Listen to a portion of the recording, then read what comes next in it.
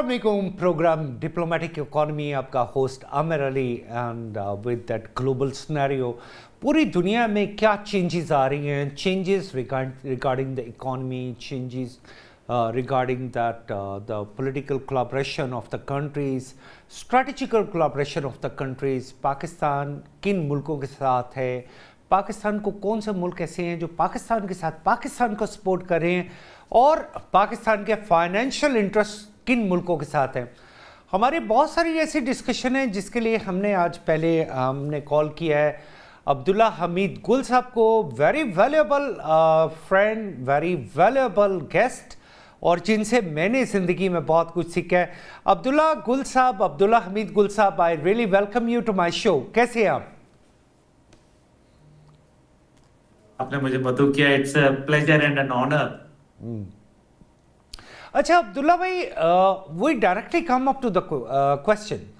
एक अरसे से जंग पॉज्ड है, मतलब रुकी नहीं है लेकिन पॉज्ड है। दोनों बोथ साइड वो इसे ओन भी कर रही हैं, वो पॉज भी कर रही हैं। तो ये पॉज्ड और स्टॉप, क्या ये सेम पहलू है, या अगर ये ऐसा भी हो सकता है कि दोबारा कोई इग्नेट कर जाए, ये वॉर दोबारा इग्नेट कर सकती है? देखिए, जहाँ तक ताल्लुक है मौजूदा जंग का और ये क्यों एस्केलेट कर गई, माजी में क्यों हो गई, तो उसका अंदाजा इसी से लगाया जा सकता है कि इस जंग के मकासद जो हैं वो बड़े अनसर्टन भी हैं और वो वजाहत तलब भी हैं। सबसे पहली बात कि ये जंग मिस कैलकुलेशन की बुनियाद पे की गई, बगैर तैयारी के की गई, और इस बुनियाद पे की गई कि शायद दुश्मन को बहुत वीक समझा गया। मैं यहाँ बात इसराइल और अमेरिका की कर रहा हूँ कि उन्होंने अपना इसराइल और अमेरिका ने ईरान को एज अ दुश्मन कमजोर समझा, यानी ईरान को बहुत कमजोर समझा, दुश्मन इन दिस कैटेगरी, राइट? जी जी जी, मैं उसी वो वजाहत कर रहा था। अब देखिए, जहां तक ताल्लुक है कि 2015 के अंदर जो 160 सफ़े का मुआहदा था अमेरिका और ईरान के दरमियान, जिसके अंदर दीगर अहम तरीन ममालिक शामिल थे बतौर गवाह, मेरा ख्याल है उस जैसी डील तो मिल नहीं सकती। 2 साल लगा के वो बनाया गया। तो अब अमेरिका चाहता क्या है? क्या अमेरिका ईरान को ख़त्म करना चाहता है या उसकी निगाहें कहीं और हैं? अभी इसके ऊपर बात करते हैं। देखें, सबसे बड़ी बात यह है कि ईरान तो उनके लिए कभी ख़तरा था ना है और ना आइंदा होगा, लेकिन मेरा ख्याल है इसराइल की नाजायज़ रियासत के लिए ईरान हमेशा से ख़तरा था भी और रहेगा भी। इसलिए वो इसराइल को खुश करने के लिए ईरान के ऊपर चढ़ाई करना चाहते थे, ईरान की जो ताकत थी उसको कमज़ोर करना चाहते थे, उनके सिविलियन एरियाज को टारगेट करके उनकी मईशत को कमज़ोर करना चाहते थे, और यही कुछ हुआ। लेकिन Iran refuse to surrender.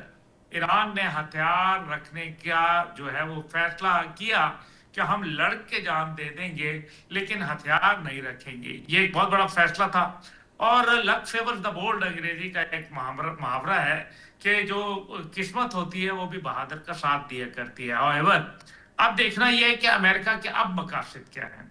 America का मकसद बड़ा वाज़ेह है, सिंपल है। वो चीन का नहीं कर सकता। अस्करी सतह पे ईरान के अंदर उसको मार पड़ गई।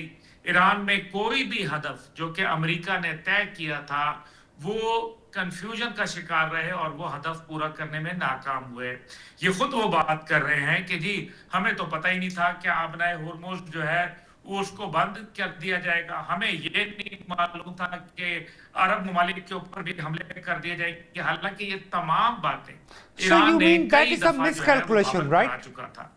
दिस शोज के अमेरिकन इंटेलिजेंस जो थी वो इंतहाई वीक थी, नाकिस थी, और वो टोटल डिपेंडेंट थी इसराइल की इंटेलिजेंस और इसराइल के प्लान के मुताबिक, जिसका जेडी वेंस ने इजहार भी किया, और एक वो ऑडियो लीक भी हुई या करवाई गई जेडी वेंस की जानिब से, जिसमें नेतन्याहू को वो ये कह रहे हैं कि तुमने तो हमें 48 घंटे का प्रोग्राम दिया था, जबकि यहाँ तो मामला कुछ और निकल आया। बहरहाल, अब आते हैं कि चाइना कैसे। चाइना ऐसे क्योंकि चाइना का आपको मालूम है कि 2030 में वो रिप्लेस कर जाएंगे प्रोबेबली अमेरिका को as a super power. Super power भी और इकोनॉमिक पावर तो मेरे ख्याल में वो ऑलरेडी डोमिनेट कर रहे हैं, क्योंकि 5% उनका ग्रोथ रेट था पिछले साल, और उसके कंपैरिजन में अमेरिका का 2.2% ग्रोथ रेट था। नेचुरली इससे ये बात साबित होती है कि उनको इंडस्ट्रियलाइजेशन के अंदर, कारोबार के अंदर बीट करना फिलहाल अमेरिका के बस की बात नहीं है। इसलिए अमेरिका ने दौरान जंग ये प्लान सोचा कि क्यों ना एक खुली हुई आबना, जिसको आर्मी चीफ ने खुलवा दिया था हमारे, उसको दोबारा बंद करवा दिया जाए, ताकि चाइना के ऊपर मुआशी दबाव लगे। चाइना पे मुआशी दबाव कैसे होगा? उसके दो पहलू हैं। पहला ये कि चाइना की जो इंडस्ट्री है उसको एनर्जी रिक्वायरमेंट है, वो एलपीजी की शक्ल में है, वो एलएनजी की शक्ल में है, वो तेल की शक्ल के अंदर है। और अगर इनको वहां पहुंचने से रोक दिया जाए किसी सूरत, तो जाहिर है चाइना की जो इंडस्ट्रियल ग्रोथ है को एकदम एक ब्लॉक लग जाएगा, और हो सकता है कि अगर ये सूरत हाल कंसिस्टेंट रहती है तो ऐसी सूरत में चाइना की इंडस्ट्री हफ्तों के अंदर कोलैप्स करवाई जा सकती है।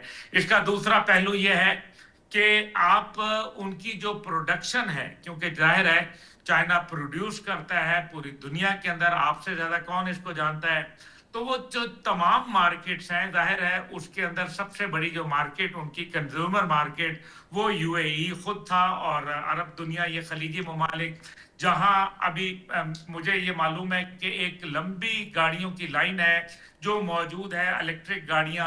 आपने खुद देखा कि इन मशरक़ वस्ता के ममालिक में जहां अमेरिकन गाड़ियां पहले चला करती थी, चाइना ने उनको ऑलमोस्ट रिप्लेस कर दिया है, और अब लोग अमेरिकन गाड़ियों के बजाय चाइनीज इन्हिसार कर रहे हैं। ये वर्ल्ड ओवर ऐसा ही सिलसिला है जो है। जाहिर है जब प्रोडक्शन रुक जाएगी, क्योंकि जब आगे माल जाएगा नहीं, बिकेगा नहीं, दुनिया के पास मईशत कमजोर होगी, अफराते दर बढ़ जाएगा, तो दुनिया कैसे जो है वो खरीद करेगी? वो खाना लेगी या वो फिर अशियाए जरूरत लेगी, यानी कि जो सेकेंडरी जरूरियात हैं।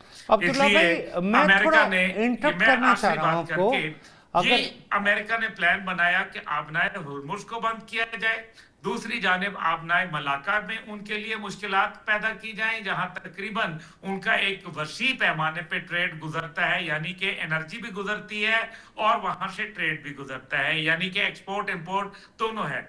तीसरी जो है वो आप जानते हैं कि वो 180 किलोमीटर की आबना है जो ताइवान के साथ मौजूद है, और तो हालात बने हुए थे जंग से पहले।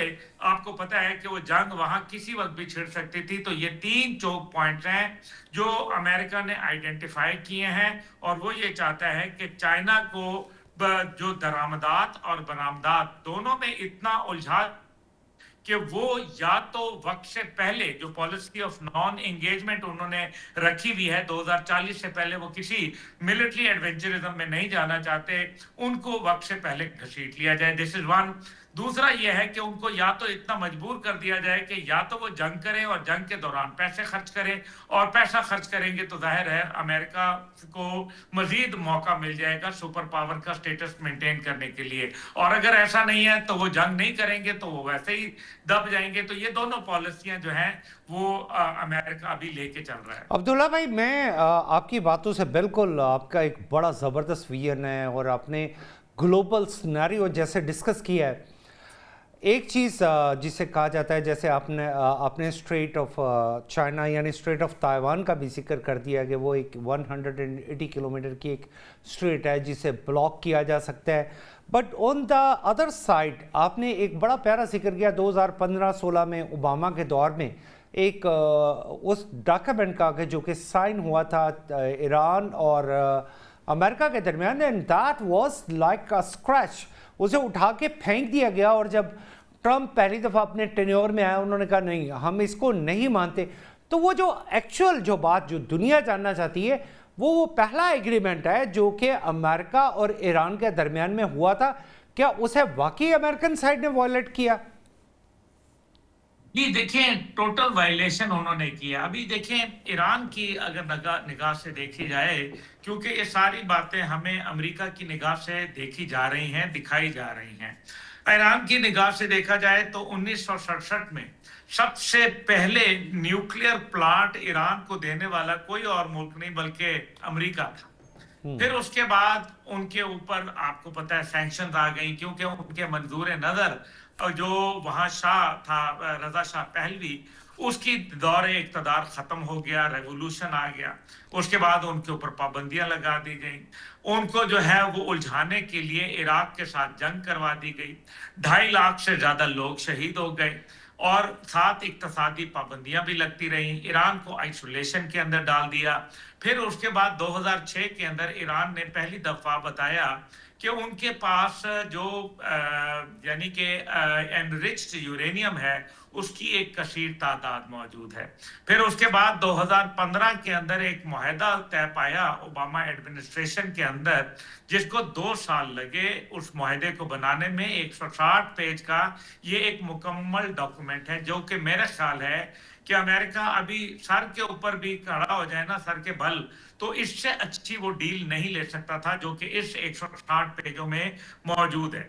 इसके अंदर जो तकरीबन उनका जो एक मुआहदा ये था कि ईरान एक न्यूक्लियर रिएक्टर रखेगा, 3.67% उसके अंदर एनरिचमेंट करेगा और उसको अपनी एनर्जी के लिए, बिजली के लिए और न्यूक्लियर मेडिसिन और दीगर जरूरियात के लिए पूरा करेगा, जो कि उनका एक हक है।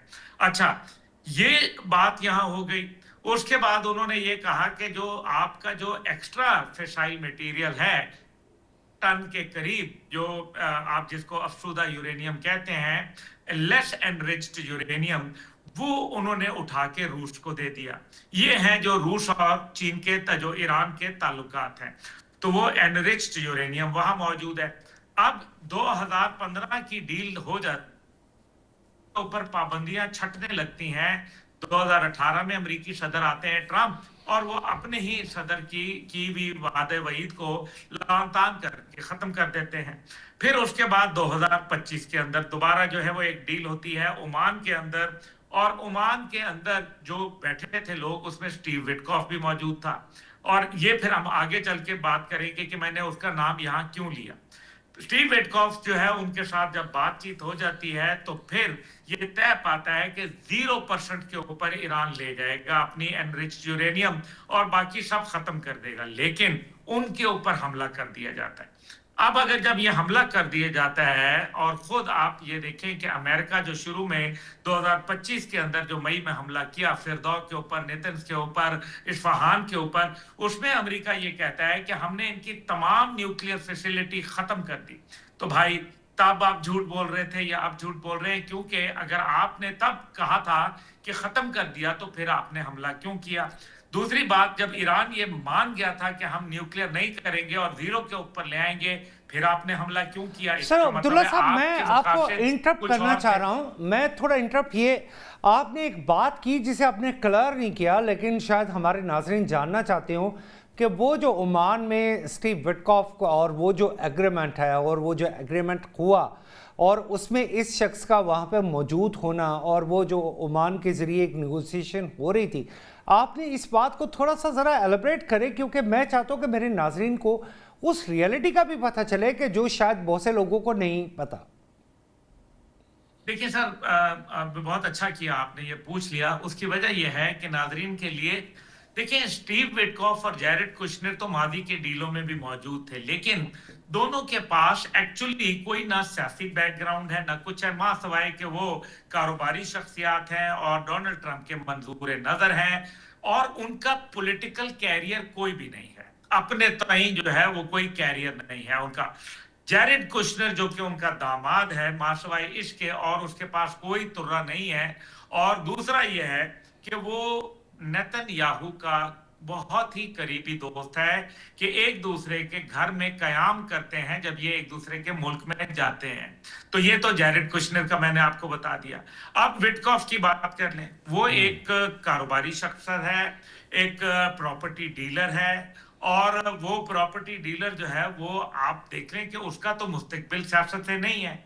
यही वजह थी कि ईरान ये इसरार करता रहा, और जो 11 और 12 अप्रैल को पाकिस्तान में टॉक्स हुई जिसमें जेडी वेंस नायब सदर आए, उनका भी मकसद यही था कि जेडी आदमी है, اس کا مستقبل سیاست سے جڑا ہے. وہ ایک پارٹی کا باقاعدہ اہم ترین شخص ہے اور ظاہر ہے نائب صدر امریکہ ہے. مستقبل میں امریکہ کے صدارت کا ایک انتہائی تکڑا امیدوار سمجھا جاتا ہے. اس لیے ایران یہ چاہتا تھا کہ جے ڈی وینس آئے گا تو اس کے نتیجے کے اندر اگر وہ مستقبل میں صدارت کی منصب پہ بیٹھتا ہے تو کم از کم یہ ہوگا کہ وہ اپنی پالیسی کا کوئی ایک پاس رکھے گا اور اس پالیسی کو آگے لے کے چلے گا. یہ نہیں کہ ایک صدر آتا ہے وہ ایران سے ڈیل کرتا ہے, دوسرا آتا ہے وہ ڈیل ختم کرتا ہے, لیکن تیسرا عبداللہ آتا ہے بھائی, پھر ڈیل کرتا ہے, عبداللہ چوتھا صاحب آتا ہے تو سر, پھر وہ کہتا ہے میں پچھلا آپ والا کو ختم. میں آپ کو انٹرپٹ کرنا چاہ رہا ہوں تھوڑا سا. آپ نے دو شخصیات کا ذکر کیا, ڈیوڈ کشنر اور اسٹیو وٹکاف. ان دونوں کو آپ نے ایک نان پولیٹیکل الائز کے طور پہ رکھا ہے, اور نان پولیٹیکل اگر وہ الائز ہیں تو that means they were based on some kind of business activity. تو کیا یہ مڈل ایسٹ سچویشن کو ابھی آپ یہ سمجھ رہے ہیں کہ یہ خالی کوئی آئیڈیالوجیکل وار نہیں ہے, یا ایران کے خلاف کہ جی بھائی ٹھیک ہے Iran is enriching the plutonium اور whatever, it means that is a fake story, but these two people if they are joining with that kind of discussion it means something is behind the curtain. جی بالکل, اس کے بہت ہے ہی سارا کچھ پردے کے پیچھے سامنے. تو اور اگر یہ نظریاتی جنگ ہے تو ایک ہی ملک کی ہے اور وہ ہے ایران, جو اس ٹائم پہ نظریے کی بنیاد کے اوپر جنگ لڑ رہا ہے. اور اس کا قصور پورے ناظرین اور آپ سمیت سارے جانتے ہیں کہ ان کا قصور یہ ہے کہ غزہ کے اوپر انہوں نے ایک لچک دکھانے سے انکار کیا. انہوں نے آؤٹ آف دا وے جا کے ان کی جتنی بھی جو آپ کہہ لیں ایلائز کہہ لیں پراکسیز کہہ لیں جو خطے میں موجود تھیں, وہ حزب اللہ تھا, وہ حماس تھا یا دیگر تھے, سارے کے سارے کیا چاہتے ہیں؟ وہ یہی چاہتے ہیں نا کہ قبلہ اول کو آزاد کروایا جائے. وہ یہی چاہتے ہیں کہ غزہ کے اندر جو انسانیت سوز مظالم اور مسلم کش جو وہاں نسل کشی چل رہی ہے وہ ختم کی جائے. وہ یہی چاہتے ہیں کہ اسرائیل کی ناجائز ریاست جو ہے وہ اپنا بوریا بسترا لپیٹے. تو یہی چاہتے ہیں نا جی, اس کی پاداش کے اندر یہ سزا تو ان کو مل رہی ہے. جب اسرائیل نے 12 روزہ جنگ کے اندر پچھلے سال کچھ حاصل نہیں کر پایا تو اب وہ امریکہ کو لے کے آیا, لیکن یہ دونوں مل کے بھی نامراد رہے انشاءاللہ تعالیٰ رہیں گے. عبداللہ بھائی, آپ کے ساتھ تو جتنی گفتگو کی جائے کم ہے, لیکن ایک کویسچن جو میرے ذہن میں اپیئر ہوتا ہے کہ سیم ڈے حفا پورٹ پہ یعنی کہ وہ ان کا جیرارڈ جو کیریئر ہے, جو کہ ان کا پلین کیریئر ہے, وہ ٹاک ہوتا ہے, اسی رات کو کیا کرتا ہے کہ اسرائیل اٹیک کر دیتا ہے. کس پہ؟ ایران پہ. یعنی اس کا مطلب ہے کہ that was all very much planned, کہ اسی رات کو جس رات کو وہ کیریئر آتا ہے اور جس میں امریکہ کی پوری ایک جو ہے ڈسپلنری فوج ہوتی ہے, اور اسی رات کو ایران پہ حملہ کر دیا جاتا ہے. تو how do you feel about it? جی دیکھیں, بات یہ ہے کہ اسرائیل جو ہے نا, یہ وہ میں اس کی مثال دیتا ہوں کہ امریکہ جادوگر ہے, اور جادوگر کے دل کے جو جادوگر کی جان ہے وہ ایک طوطے کے اندر ہے. وہ دور دراز طوطا کہیں کسی ملک کے ناداں کے اندر پڑا ہوتا ہے, اور وہ جادوگر جو بڑی ایک اتنی بڑی جسامت ہے, اس کا دل طوطا وہاں موجود ہے, اور وہ طوطا جو ہے وہ اس ٹائم پہ اسرائیل ہے. جب تک ڈونلڈ ٹرمپ کے امریکی جسم کے اندر اسرائیل کا دل دھڑکے گا, یہ معاملات خرابی کی طرف جائیں گے, یہ اچھائی کی طرف نہیں جا سکتے. لیکن اس سب کے اندر وہ یہ بھول رہے ہیں امریکی کہ یہ افغانستان نہیں ہے, یہاں آبنائے ہرمز ہے, یہاں وہ ممالک شامل ہیں جو ان کو پیسہ دیتے ہیں, جنہوں نے $3.25 ٹریلین کے امریکہ کے ساتھ مختلف پروجیکٹس کے اندر انویسٹ کیا ہوا ہے. وہ یہ بھول رہے ہیں کہ یو اے ای کو صرف اگر دیکھ لیں کہ وہ کیوں اوپیک سے باہر نکلے اور اوپیک پلس سے, اس کی سب سے بڑی وجہ یہ ہے کہ اوپیک کے اندر ان کا کوٹا تھا, اور اب جو یو اے ای کا حال ہو گیا, ان کی اکانومی irreversible پروسیس میں آ گئی. یعنی کہ ایوییشن انڈسٹری کا بیڑا غرق ہو گیا, ان کی جو ہاسپٹیلٹی انڈسٹری تھی اس کا ستیہ ناش ہو گیا, دوسرے لفظوں میں ہوٹل انڈسٹری کا, اور ٹورزم انڈسٹری جو ہے اس کا بھی بھٹا بیٹھ گیا. اب صرف یہ میں نے یو اے ای کی مثال دی ہے. ساتھ ہی ساتھ آپ یہ یاد رکھیں کہ یو اے ای سمیت دیگر جتنے بھی اب उनके पास क्या था, उनको पता है कि उनकी जो तेल से पैदावार है यूएई की, वो सिर्फ 30% उनकी इकोनॉमी का हिस्सा है। 70% वो था जो बाकी जो मैंने अभी फील्ड्स आपको बताई जिसके अंदर वो था। अब ये सारी की सारी सूरत हाल के अंदर अगर आप गौर करें तो आपको पता चलता है कि ओपेक से बाहर आने का मकसद यूएई का ये था कि वो अब मजीद प्रोडक्शन करे, और मजीद प्रोडक्शन करे तो उसके नतीजे में तेल बेचेगा तो अपना जो अजाला है वो करेगा। ये है उनका जो बुनियादी मकसद ओपेक से बाहर निकलने का। लेकिन इसके नुकसानात होंगे आइंदा आने वाले वक्तों में। जो कल के दोस्त थे वो आइंदा मुस्तकबिल में आपके दुश्मन बन जाएंगे, ये याद रखिएगा मेरी बात। दूसरी जानिब अमेरिका यहां रहेगा तो एक कीमत पे रहेगा, नंबर 1। नंबर 2 ये है कि वो कितने अरसे तक ये कीमत बर्दाश्त कर सकता है। नंबर 3 के आबनाए हुर्मुज की बंदिश से पूरी दुनिया समेत अमेरिका को शदीद नुकसान मुआशी सतह पे पहुंच रहा है, जो शायद अगर जिस तरह से ये होना शुरू हो गया, और आप तो एक कारोबारी शख्सियत भी हैं माशाल्लाह, पूरी दुनिया आप देखते हैं, मुझे ये बताएं कि जब कारोबार एक दफा डिस्टर्ब हो जाता है, जैसे अमूमन लोग ये कहते हैं कि जी हमारी अगर वो फर्नेस, जो लोग स्टील इंडस्ट्री से वाकिफ हैं, कि फर्नेस अगर ठंडी हो जाए तो फिर उसको जलाने के अंदर एक बड़ी रकम, एक लंबा प्रोसेस है, दोनों दरकार। अब्दुल्ला हमीद गुल साहब, आप हमारे साथ मौजूद थे। We really appreciate you to being with us. We have to go for a short break, and we will really hope that we can have the same discussion with such a lovely the person. So I will have to go for a short break. I will be right back.